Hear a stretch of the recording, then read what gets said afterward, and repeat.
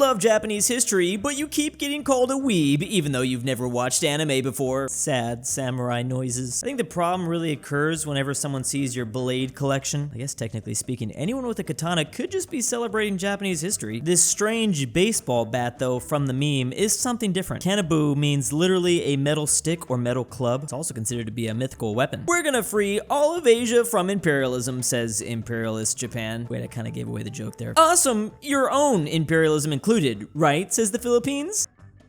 You will let us be independent, right? Oh, no, Filipinos. I'm afraid not. I'm afraid they're gonna be the worst of them all, actually. Germany, 21 years after the end of World War I. We were bad before, but now we are worse. Oh, you thought we were gonna say good. No. We're like 10 times worse now. They just decided to double down. People be like, I want a Goth GF. Okay, which one, bruh? You got the Visigoths from Iberia or the Ostrogoths in Central Europe. There's also remnants of Goth communities in Crimea known as Crimean Goths. Choose those two. Wait, but which Gothic civilization came up with the first hot topic? We sing about a girl waiting in home. We sing about the glories of war. We're freezing to death. The snow's so deep we can't tell rivers or roads apart. We can't cook our food and the wood we find is too green to light. We go to bed in soaked bedrolls and the higher ups don't care. Wait, did Japan just make an entire song about depression? It's called Yuki no Shingun and it's actually made in 1895. They were banned from using it during WW2. Well, at least the sound of it sounds fun. Just don't look too deeply into the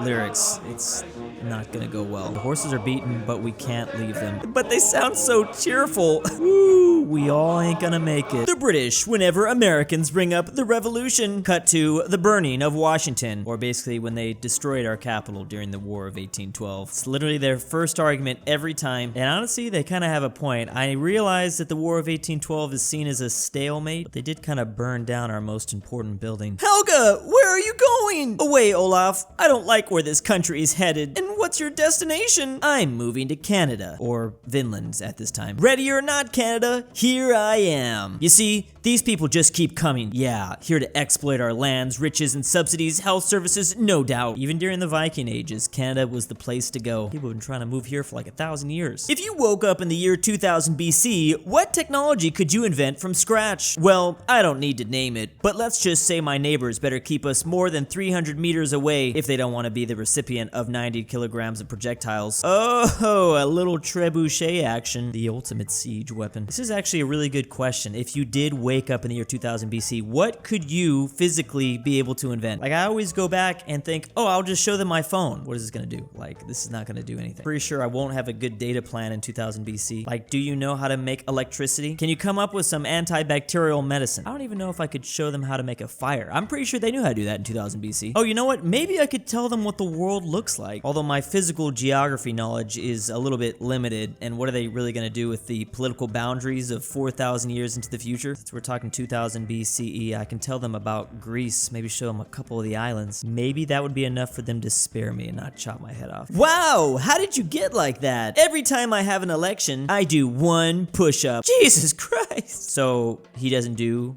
any push-ups since it was the skinny guy? This country has had 2 elections since their founding in 1988. I guess 2 push-ups in the last 34 years explains this body. Being given untold power and riches because of your last name. Yes, the medieval monarchs working super hard to be the king of these countries. Tony Montana is like the perfect metaphor for this. Spartans dealing with other empires. Tonight we dine in hell. Suck my butt. Want my weapons? Come and take them. Oh, he was just asking them to help him conquer Sicily. Meanwhile, Spartans dealing with Rome. Stop messing with your neighbors.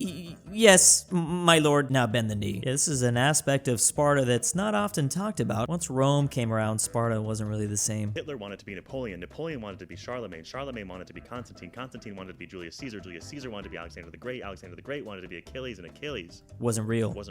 Yeah, I've seen this one. Pretty much a summary of European history. Their reasoning for everything they've done doesn't make a whole lot of sense. Their reasoning for everything they've done is just kind of made up. It's just the West as a whole, though. The inauguration of the United Nations Conference in San Francisco, 1945. I do not see the Polish flag here, so I will play Polish national anthem for you. Please stand. Meanwhile, Molotov and the other Soviets, yeah, they're not gonna like this. Since in 1945, they were currently still occupying Poland. It's making me want to go down the rabbit hole of researching the Soviet diplomat Molotov. I think most famously known for the Molotov-Ribbentrop Pact. That was the brief peace period between the No-No Germans and the Soviet Union. They were like kind of working together, I guess. That man made it till 1986. He died at 96. Meanwhile, that No-No German diplomat did not make it to quite the same age. Oh, oofed in a Nuremberg prison. So this was actually a Polish pianist that was invited to play at this event, and he was the one that decided to play the anthem. Talk about a Giga Chad. America with 46 presidents and 1 civil war. The UK with 61 kings and 3 major civil wars. Then there's Brazil with 2 kings, 8 dictators, 30 presidents, 5 coups, 1 former dictator elected president, and biggest corruption history scandal. And what makes this even crazier is Brazil is the youngest, way younger than the UK and younger than the USA. They weren't independent till 1822, although some of those numbers might have been before this point, or maybe not, I'm not sure. According to Wikipedia, since 1815, Brazil has never taken a clear L. They might have had stalemates, but everything else was a victory or slight dub. Not sure how big some of these events were, but they were a part of World War II. Mesopotamian peoples, what is my purpose? You provide me sustenance, says their city god. Fair enough. Oh, I don't know if they're that happy about this. Mesopotamia. Is there any way we could bring that back? That'd be like the greatest comeback in history. Oh, we have an update to when was the fall of the Roman Empire. We have 395, 480, 753, 1453, 476, 486. Wow, this is just really complicated now. An 8-option multiple choice question? This isn't even fair. Still going with when Byzantium fell. Oh no, not at all. Please continue. I've really been enjoying your rant about how land reform was such a dynamic issue in the late Republic for the last 40 minutes. This is how you went over all the ladies. They love talking about Roman history. Then again, maybe this is actually a sign. She doesn't like to talk about this because she's a goth. The 480 Western Roman doomer, born too late to experience Rome's golden age, born too early to take part in Justinian's restoration, too undisciplined to become a monk, too proud to commit oof, 50% Italian, 50% Vandal. Oh great, more Germans. Village burned in Hunnic raid, considers deserting to join his brothers in the Eastern Empire. Thinks the Frankish buffer state will save him from Attila. Secretly worships the old Roman gods when no one's around. Oh, I never realized just how doomer it really got at this time. I mean, the Western Roman Empire was about to fall anyways. Being discharged from the military in 2022 AD. Sorry man, you got caught smoking the ganja. We're gonna have to discharge you. Being discharged from the military in 2022 BC. For being so cowardly in the last battle, every 10th man in this legion shall be oofed by his fellow legionaries. Yeah, what was that called? Dessa something, I don't know. Yeah, it's pretty brutal. Decimation time. When people ask the Donner Party what happened at Alder Creek, people are still animals after all. You can say that again. But then again, do animals get to barbecue man flesh? Franco, Mosley, Hilter, and pretty much every other fascist leader of the time. Mr. Mussolini-sama, I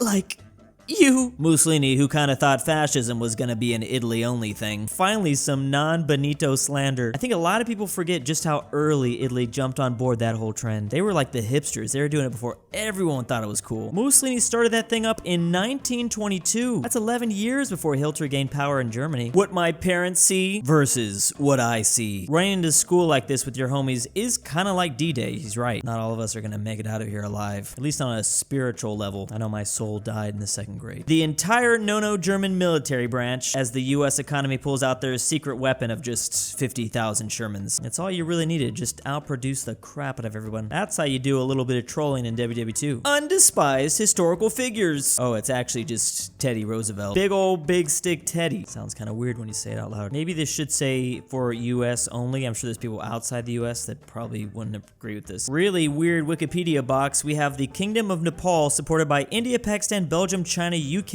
and US as they were fighting the Communist Party of Nepal. They were Maoist. They were supported by like no one. Frick it, one struggle. Sometimes even sworn enemies have to come together to become homies. Homies putting aside their differences. There's probably a Wikipedia box out there with just some of the strangest teams working together. There's gotta be at least one example of some insane stuff. France realizing they basically gave birth to their #1 rival. Wait a minute. I mean, #1 rival for like 100 or 200 years, maybe a little bit longer. But you know what? Germany and France are besties now. For now, at least. It's 1916. You and your pals are Polish soldiers in the Austrian army who fights with Russians, and you suddenly hear screaming in Polish from the enemy's trench. Do I want to know? Basically, in the Eastern Front, you had everyone pretty much fighting everyone, like even themselves. Ethiopia, hey, could you give us some weapons to fight the Italians? Russia, I don't know. Ethiopia, we're Orthodox Christians. That's all you had to say. This is one of my favorite facts to always talk about. Ethiopia is technically one of the oldest, if not the oldest Christian nation, right? It might actually be considered Armenia. However, this kingdom, which is in present-day Ethiopia and Eritrea, was one of the first Christian countries in the world. They adopted it all the way back in the 4th century. The final Eastern Byzantine king versus the massive Ottoman army. This man decided to go down with the entire ship. He went out in a blaze, that's for sure. France, haha, get fricked. No, we only lost World War I because of blank. Meanwhile, in World War I, this war was pointless and it should have never got this out of hand. Germany responds, yeah, I just want to go home. World War I always overshadowed, but man, it's pretty bad too. Europe trying to think of a way to South America with the Monroe Doctrine in the way. Maybe if they just somehow squeeze through. They just can't figure it out. The Monroe Doctrine is too big. Curls up into a ball and just weeps. Just too difficult out here. Basically, this was the U.S. policy on the Western Hemisphere. It was only for the U.S. It warned European nations that the U.S. would not tolerate further colonization or puppet monarchs, which I guess Europe was cool with because they didn't really mess around too much. And big thanks to my patrons. aPhatNarwhal. Presented by Robert My wife E. hates this Sebi, part. if you hear this, ClBlr I love is you. your Drew's daddy. Argentinian grandpa. $20 is a lot, Yarna, Drew. Wild Bring Fang. back Chris Polandball. 3773. DannyThyGamer. GoodOldRyah. LuxembourgLover. istoledrewspetdog. Jakov. Catfish Bruney. Animations. The Polish-Lithuanian Veiotic. Commonwealth. Why am I RyeThePie. doing The Twickenhamster? Mexican And ZaneyBoi.